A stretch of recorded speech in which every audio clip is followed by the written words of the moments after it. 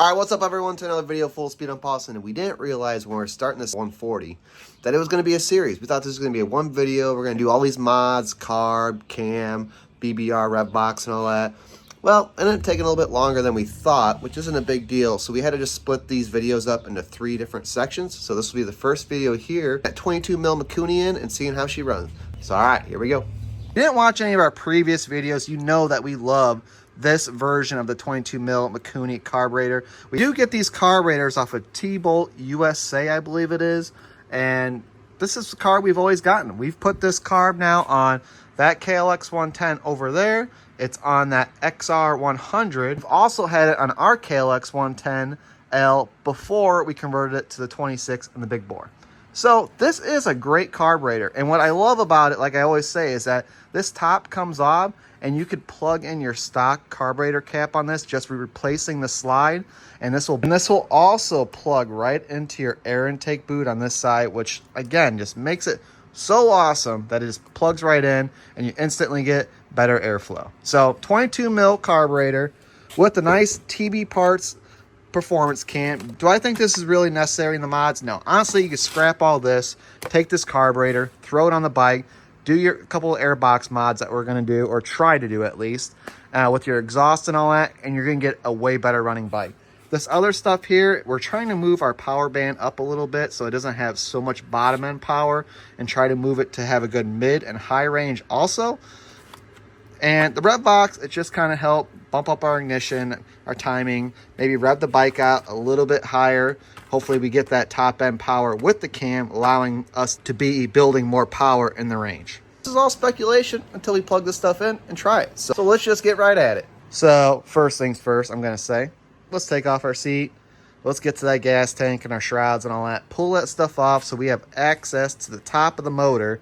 And then we'll start busting in this thing and really get going. I don't even know where the rev box is on this thing, but I'm going to guess somewhere in this region here. But it could even be back here. We're going to find out. All right, we got some stuff off, which that took like 5 minutes. But our issue is, apparently, we haven't been cleaning this bike as good as we thought. She's a little dirty. She got some mud built up here and all that. So it's dark outside and probably like 30 degrees, but we're going to have to take it outside real quick, hose this sucker down, and knock off some of this dirt so we don't have to worry about that dropping down in our motor. It's a little bit cleaner. At least doesn't have huge clumps of mud hanging on everything. So here's our rev box right here. Easy access. Obviously, cam's in here, so we'll get at it hopefully right through here. Probably have to take these covers off here. That's where you adjust, that's where you adjust your valves. And I have to open those up, probably to slide the cam out. Carb tuner right here. Gonna hopefully, that's a little dinky guy. So that's, I believe it's supposed to be a 20mm. So hopefully our 22 slides right in there. Gonna change our choke position though. Our choke's no longer gonna be up here in this little spot. So that could get interesting. Hopefully that lever's right in here to where I could still flip it. But we'll see.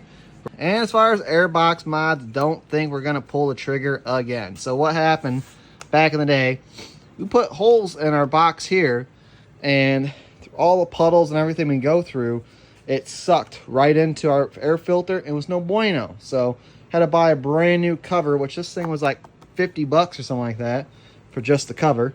So that was a learning lesson. Now, next thing we would have to do is pull off this snorkel here. Problem I have with that is there's so much mud up in here.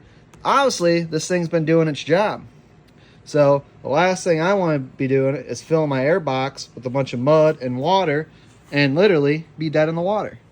We are still on the same plan here as far as rev box, cam, carburetor. Let's get at it. I want to see if that carburetor fits first. All right, there she blows. All right, we got that out. Might have to take off our number plate to disassemble that choke system, because I don't want to take anything apart here until I know that other carb's gonna work. Undo our hose clamps, and instead of trying to fight, because it's so tight in here, you can see I bolt, it's going to be easier probably just to get that off, and then you can get a socket in just going directly in. Make sure you undo your screws plenty amount, because even though it might seem loose, once getting off the flange of the carburetor could actually cause it to tighten and give you a hard time. A little flathead might not hurt, just for a little persuasion. Yeah, there we go. So that's off. And now it looks like this will come right off now. All right.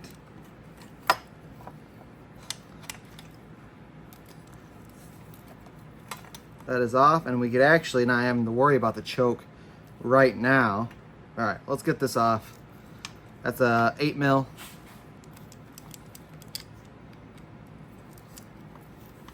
And we're gonna put this on our brand new carburetor real quick, guys. Okay, so we got that bolted on. Now, we've had this with all our carburetors. It does get onto that seal, but as you can see, it is a very tight fit. So that's pretty much going inside there. Not too shabby. And that's obviously that's the money maker side right there. So that's what we like about how it's nice and smooth going in. You get rid of your stock butterfly choke system, and this is more of a plunger setup, so you get way better airflow. So that's what we like about this carb. All right, so here's our tube, and you can see it's got a ridge, and they normally use some type of sealant to put that in there, but I do remember one time we had been in here and we did not put that back in. It just kind of popped back into place. Takes a little work though. All right, we got it in. I think we got it somewhere in the vicinity of how it's supposed to be. Now, let's see if we can get our carb in there. I'm gonna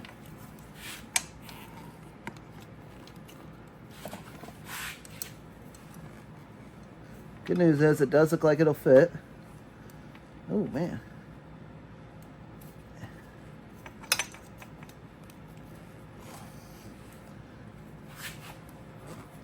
Oh man, fitting like a glove, almost. There we go. And that's a perfect fit. Don't know how easy, it's probably not gonna be the easiest to flick that choke around, but it's manageable. And the nice thing is we haven't taken anything really apart on this, so we could get this thing plugged in real quick and see if the bike runs on it, check for air leaks, and we'll be on to the next step, boys.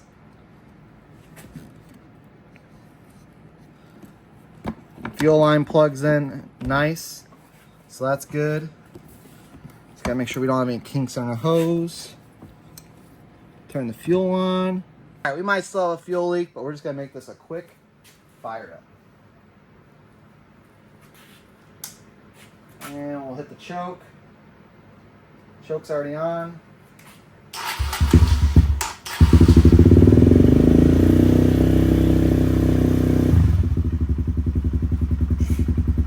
That thing already starts better than my stock carburetor.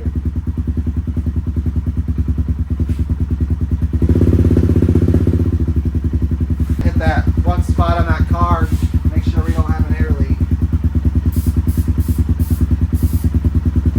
Don't look like it. And obviously it wouldn't run good if there was an air leak, but alright, let's give it a little rev.